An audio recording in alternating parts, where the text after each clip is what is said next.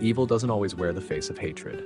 Sometimes it hides behind beauty, soft, alluring, and almost sacred in its gentleness. The most dangerous woman isn't the one who screams. She's the one who manipulates with a smile. She pretends to love you while quietly feeding on your peace. Her words confuse, her silence punishes. She controls, drains, and slowly rewrites who you are without ever raising her voice. It starts subtly, almost invisibly, and if you don't notice early, you lose yourself before you realize it. At first, she feels like light. She steps into your world with an energy that feels electric. Her attention is sharp, her compliments are precise, and her gaze feels like it sees through your skin into your soul. You feel recognized in ways you didn't know you longed for. There's a rhythm in her affection, a magnetic pulse that pulls you in layer by layer. You open yourself, not because you're fragile, but because the energy feels genuine. It feels safe. Yet what feels real can still be illusion, especially when you mistake intensity for security. When trust begins to bloom, the shift happens quietly. The warmth you once depended on fades just enough to unsettle you. Not gone, just different. Your body senses the change first. Your mind starts searching for answers. And in that search, your strength begins to erode. Some relationships don't help you grow, they train you. In them, attention is not given as love, but used as control. Praise becomes currency, affection becomes leverage. You don't see it at first, because your nervous system is being slowly conditioned. She gives, then she pulls away. Then, just when doubt creeps in, she gives again. A look, a message, a fleeting sweetness. You breathe a sigh of relief. But that relief isn't love, it's simply release from the tension she created. This isn't harmony, it's reward-based manipulation. You're being trained to associate uncertainty with intimacy. Over time, the line between love and chaos disappears. You start believing pain is proof of passion, that confusion is a sign of depth. But love that's real brings calm. It doesn't make you beg for consistency or question your worth. When you're trapped in a pattern of withdrawal and unpredictable affection, what you feel isn't closeness, it's destabilization. And once that instability becomes familiar, your body begins to crave it. You start mistaking the very thing draining you for the thing that makes you feel alive. That's when awareness must begin. Listen not to her words, but to the echo left in your body. After the conversation, after the silence, after the praise. What remains? Do you feel open or tense, present or anxious? The body always knows before the mind allows the truth in. When anxiety begins to replace calm in her presence, it's not because you're broken. It's because your center is being pulled away from you. The answer isn't confrontation. It isn't explaining your pain or fixing her patterns. The answer is return. Return to your breath, to the quiet hour you abandoned chasing her presence. Because in that quiet, your true power returns. A man who doesn't need her attention to feel alive cannot be controlled by its absence. That kind of man, centered, observant, calm, cannot be manipulated. This isn't about resistance, it's about recognition. Recognition of the difference between love and longing, peace and addiction, intimacy and control. When she withholds her attention to make you chase her, what she's really doing is stealing your stillness. She pulls you into her rhythm so you forget your own. And when you forget your rhythm, you lose your path. Don't fight her, don't argue, don't explain. Simply withdraw, not from anger, not from pride, but from quiet clarity. Watch how her mask begins to fade when it no longer feeds on your energy. Watch how manipulation unravels when you refuse to react. The most powerful move you can make isn't to strike. It's to step back, breathe, and protect your silence like your life depends on it, because it does. When you return to yourself each day with discipline and structure, you begin to see the pattern clearly. You start to see how much of your peace depended on someone else's behavior. And when you truly see that, something shifts. You stop needing explanations, you stop craving closure, you stop explaining your pain to someone who never cared to understand. You hold your ground, breathe, and move forward. Because love, true love, doesn't confuse. It doesn't punish through silence or control through withdrawal. Real love strengthens you. It brings calm to your body and focus to your mind. Anything that does the opposite isn't love, it's illusion. And the only way to escape that illusion is to walk away, return to stillness, and let her feel the absence of your confusion. That silence will speak louder than any words ever could. When confusion becomes the norm, it no longer feels foreign. You begin to normalize the tension, telling yourself it's part of love, that real connection must come with struggle. But peace isn't boring, it's rare. The moment you confuse turbulence with passion, you surrender your stability. This is how emotional dependence begins, not as a fall, but as a slow tilt away from your center. You start remembering the warmth she once offered, replaying moments that made you feel alive. You tell yourself, she's not always like this, or maybe I did something wrong. You rationalize her coldness, trying to earn back the tenderness she selectively gives. This is how she trains you, not through force, but through inconsistency. She becomes both the storm and the calm, and you start believing that to feel safe, you must first survive her chaos. Over time, her affection becomes a prize, something you must deserve. You start walking on emotional eggshells, careful not to trigger her distance. She doesn't yell, she doesn't demand. She simply shifts her tone, her warmth, her presence, and you, out of love or fear, adjust yourself to keep her close. Every adjustment takes you a little farther from your truth. This is how manipulation hides, not in grand gestures, but in subtle rhythms. She gives you attention when you comply, and withdraws when you assert yourself. You learn that your peace depends on her approval. That illusion is the trap, because a love that costs your identity isn't love, it's control. You begin to notice the silence after your boundaries, the change in her eyes when you speak your truth. It's not anger, it's calculation. She knows exactly which strings to pull, which wounds to touch to make you question yourself. And when you start doubting your feelings, the erosion begins. At first, it's small. You apologize for things you didn't do. You justify behavior that once would have felt wrong. You start thinking, maybe I am too sensitive. But love doesn't ask you to silence your instincts. Love doesn't make you apologize for your awareness. The moment you start suppressing what you know to be true, you step into her world, a world built on fog and distortion. Gaslighting rarely begins with lies. It begins with doubt. She'll twist words, blur meanings, and plant tiny seeds of confusion. She'll say, "That's not what I meant," or "You always misunderstand me."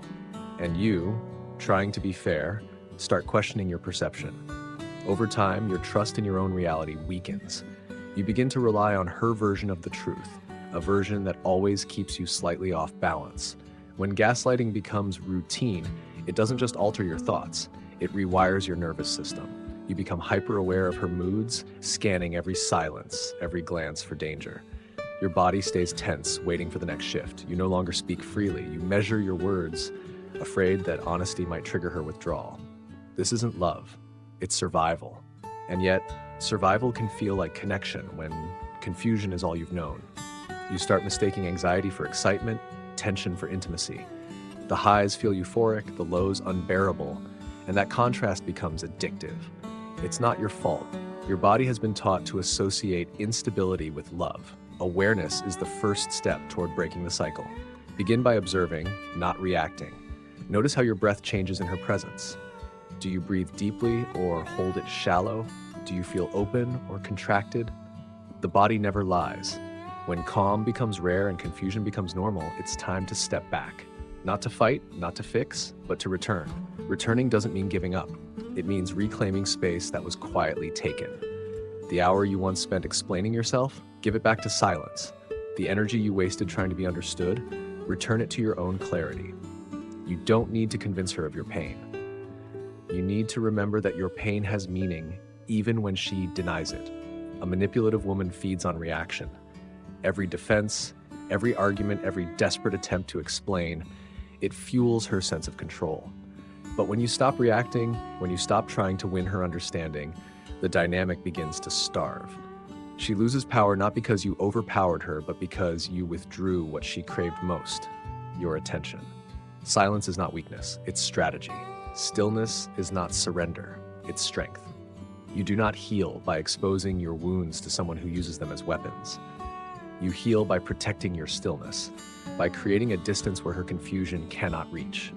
In that distance, you begin to see. You start noticing the cycle clearly, the idealization, the withdrawal, the punishment, the sweet return. Each phase designed to train your nervous system to crave her control. Once you see the pattern, you stop dancing to her rhythm. You start hearing your own. And when you return to your rhythm, she notices. Her tactics intensify. She may play the victim, cry, or twist your clarity into cruelty. You've changed, she'll say. You're cold now. But don't mistake her discomfort for your fault. Manipulators confuse boundaries with rejection. What you're protecting isn't distance, it's your peace. Real peace doesn't require you to shrink. It asks you to stand tall in silence, not the silence of fear, but of power. The silence that says, I see you clearly and I choose myself. In that choice, something remarkable happens. The fog lifts, the chaos loses its grip. You realize that love was never supposed to make you small, anxious, or uncertain. Love was meant to anchor you, not unmake you. So breathe. Sit with the unease that comes when you stop chasing her. That discomfort is healing, the withdrawal from emotional addiction. Let the silence grow louder than her words. Let stillness rebuild what her manipulation fractured. Because in the end, the man who stands firm in his own calm cannot be moved by someone else's storm. He does not explain, he does not plead, he simply returns to himself, to truth, to peace.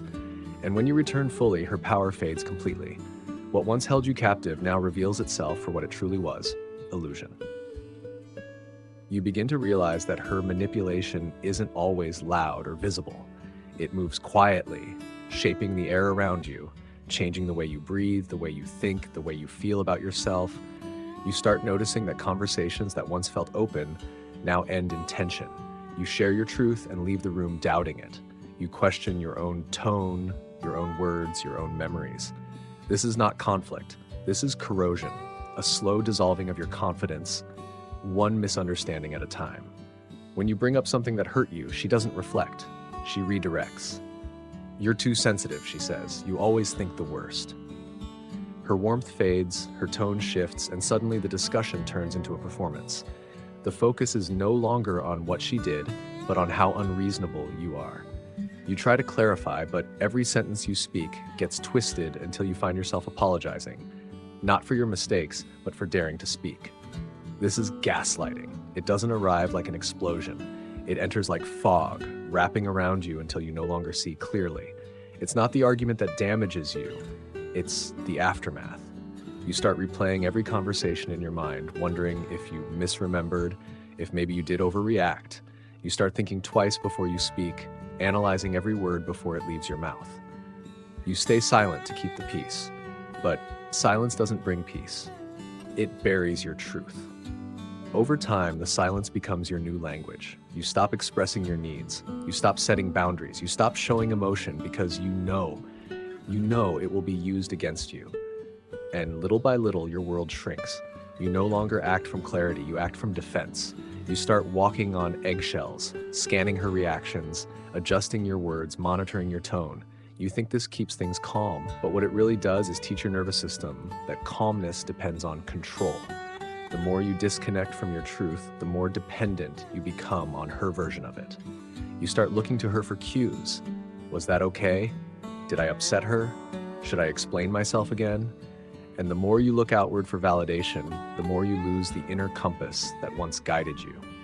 The man who used to lead with presence now hesitates. He loses direction. He loses himself. Not all at once, but in small, quiet ways. But awareness is where power returns. You begin to notice the physical signs, the tightening in your chest when she enters the room, the shallow breath when you express discomfort, the tension in your jaw when she says, "You're overreacting." You start realizing that your body has been speaking the truth all along, even when your mind was too afraid to listen. Pay attention to how your energy shifts around her. Notice how often you walk away feeling smaller than before. That shrinking is not love, it's control. A woman who meets your boundaries with distortion isn't seeking connection, she's seeking domination. And the longer you stay in that dynamic, the more you sacrifice your identity for a peace that never lasts. That isn't strength, it's surrender. The solution isn't found in louder arguments or better explanations. It's found in silence, not the silence of fear, but the silence of awareness. The moment you stop explaining yourself to someone who twists your truth, you reclaim your voice. The moment you stop seeking understanding from someone who uses your honesty as ammunition, you reclaim your mind. You start to breathe differently. You speak less, observe more, You stop engaging in conversations designed to confuse you. You conserve your energy. You let your stillness become the shield that deflects her manipulation. Slowly, you return to your rhythm, the natural pulse that once made you confident, decisive, calm. That rhythm becomes your compass, guiding you back to center. And as you return to yourself, her power weakens. She might accuse you of being distant, selfish, or cold. She'll say, "You've changed," but she's right. You have. You've changed from reactive to aware, from compliant to conscious. You no longer move from fear, you move from clarity.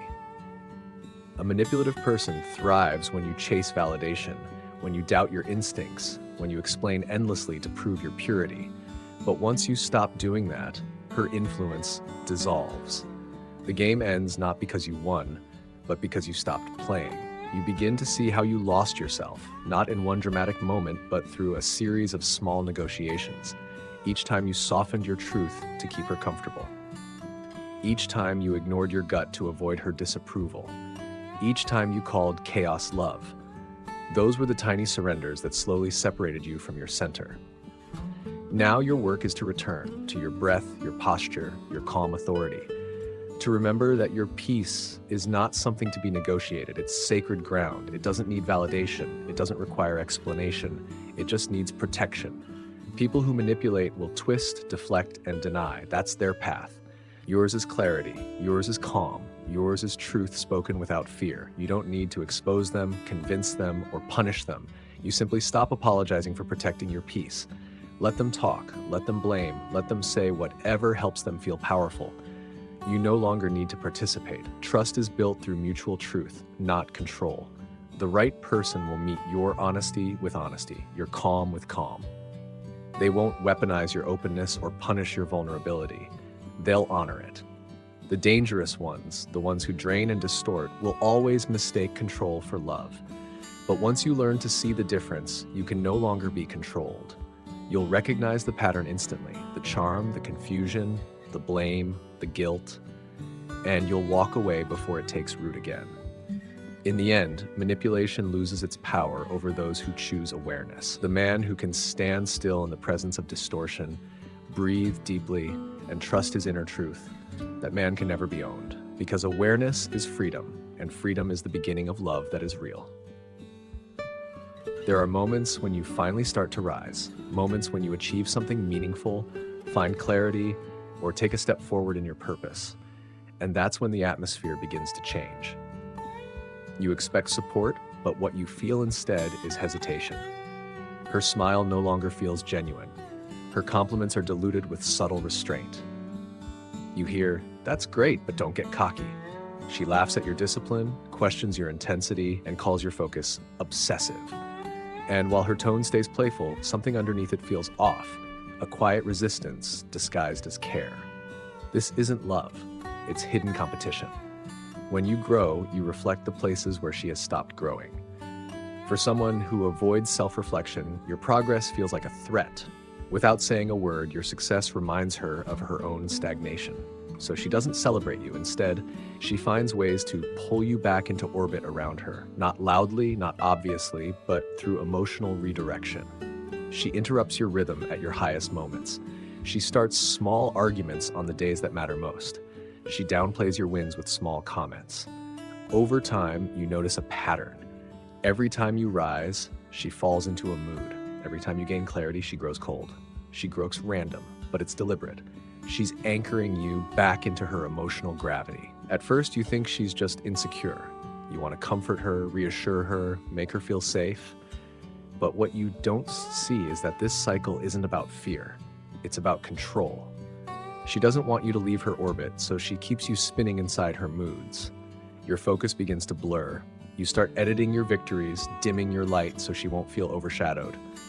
You call it compromise, but it's self-erasure. A healthy partner will challenge you, but not through guilt or withdrawal. A real woman pushes you to expand, not to shrink. She reflects your blind spots with compassion, not sarcasm. She stands beside you, not above you. But an unhealed woman will challenge you through resistance. She'll create friction where there should be flow. Her energy becomes unpredictable, sweet when you stay small, cold when you reach higher. You start to notice the difference. Around her, your breathing changes. When you speak of your dreams, your breath shortens. When you share a success, your chest tightens. Your body senses what your mind still refuses to admit. Growth that is constantly met with resistance will eventually feel unsafe. If your peace must come at the cost of your purpose, then it's not peace, it's a prison.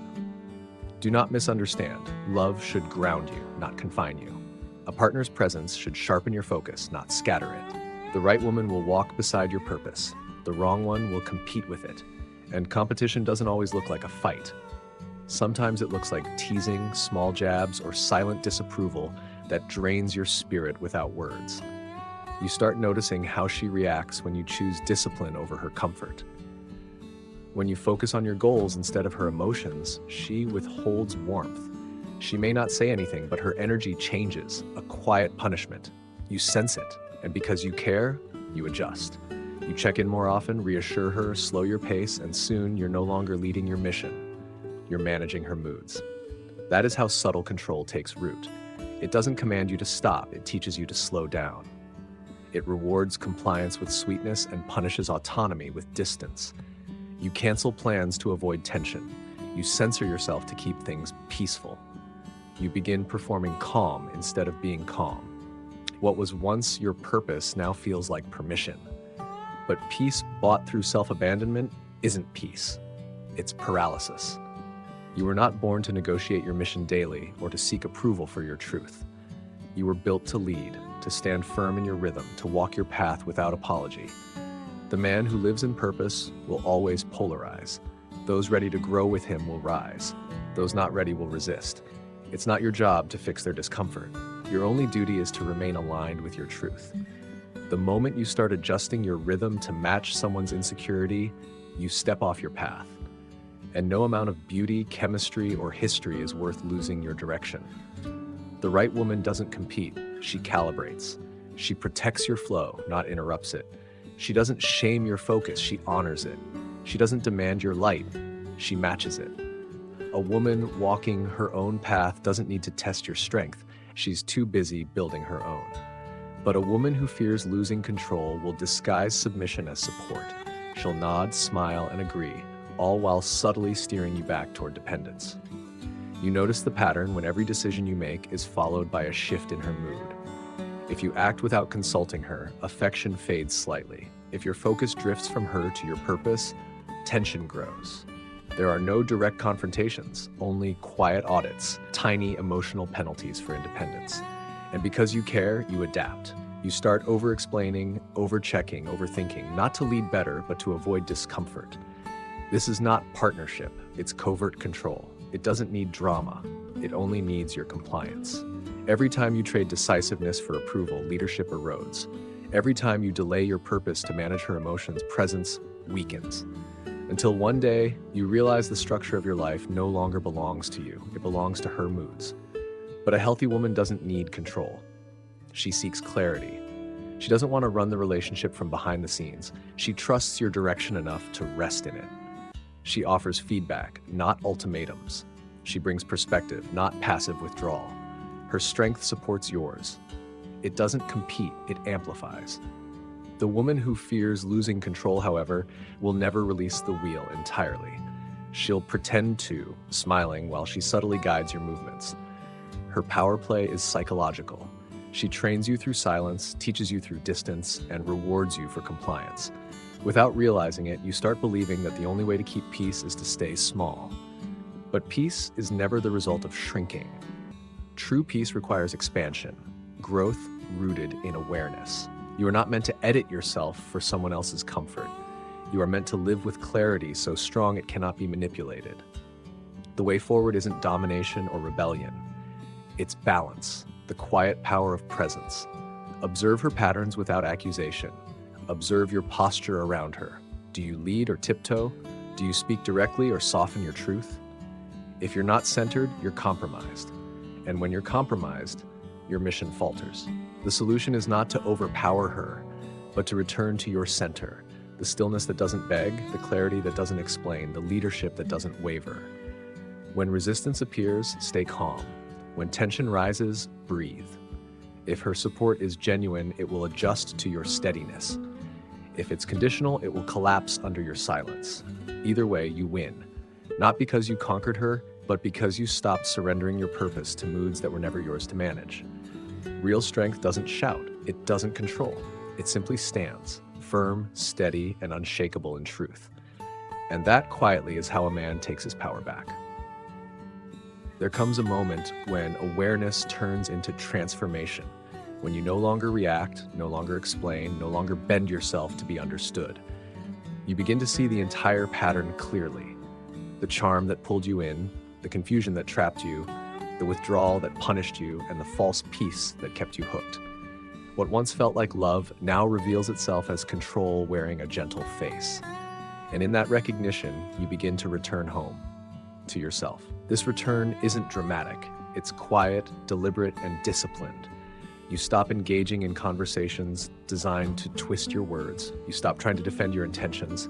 You start valuing silence over reaction. Each day you choose stillness. Your strength returns a little more.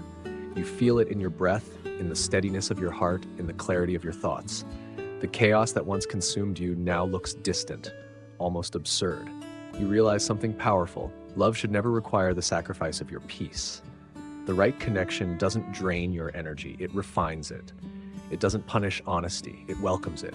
It doesn't feed on your confusion, it calms it. And anything that does the opposite isn't love, it's illusion.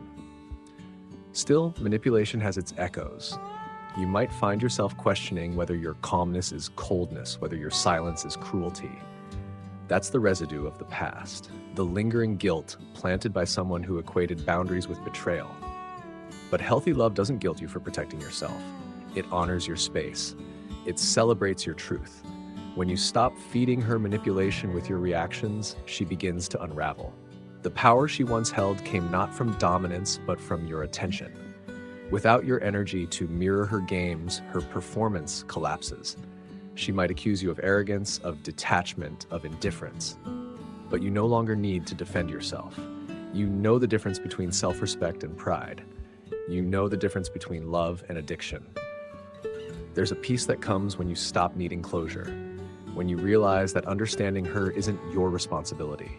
The need to explain fades, the desire to prove your worth disappears. You stop fighting ghosts that feed on your focus. Instead, you return to what was always yours: clarity, discipline, stillness. Each day you hold your ground, your life begins to rebuild itself around truth.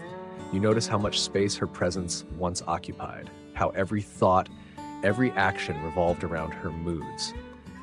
Now that space feels open again. It's quiet, but it's alive.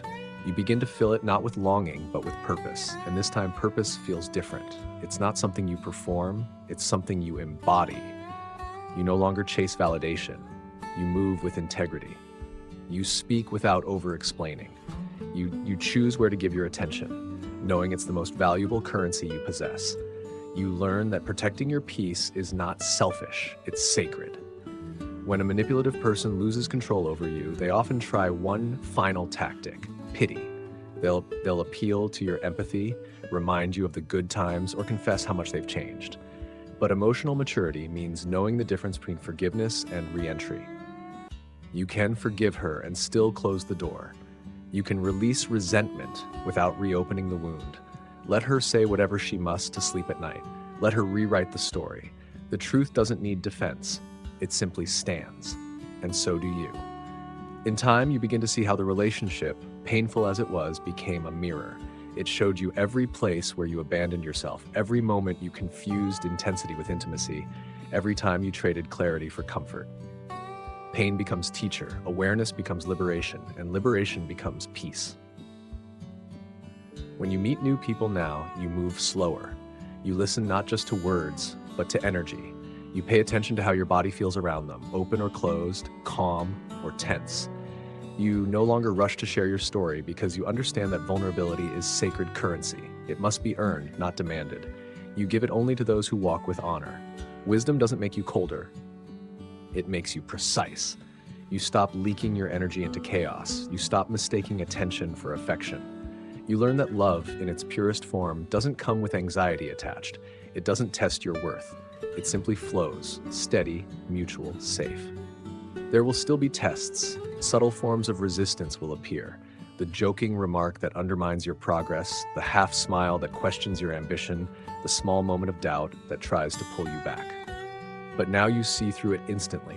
You no longer argue, you no longer shrink. You simply smile, stay still, and move forward. Because you finally understand, peace is not found in someone else's approval. It's maintained in your own alignment. Growth will always separate you from those unwilling to grow, and that separation, though painful, is freedom. You no longer chase people who mistake control for care. You no longer negotiate your truth to avoid discomfort. You understand that not everyone is meant to walk with you, and that's not tragedy, it's design. When you walk with purpose, some will rise beside you, others will resist. You let both happen without resistance of your own. Because true leadership, the kind born from inner stillness, doesn't control, it attracts. It doesn't demand obedience, it inspires alignment. This journey has never been about dominance or retreat. It's been about balance, about remembering that love should never feel like walking on eggshells, about realizing that control disguised as care is still control, about choosing truth even when it's quiet and peace even when it's lonely.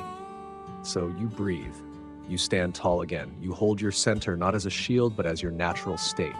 You no longer need to prove your worth because you finally see it. You no longer chase connection because you've reconnected with yourself. And in that stillness, in that unshakable calm, you discover something profound. Freedom was never about leaving her, it was about returning to you. Freedom is the man who no longer needs reaction to feel powerful, attention to feel alive, or chaos to feel loved. Freedom is the breath that comes when you realize your peace is yours alone, unborrowed, unbought, unbreakable. And that is how you rise, not in anger, not in defiance, but in the quiet certainty that your life, your mission, your truth, and your heart belong fully to you again.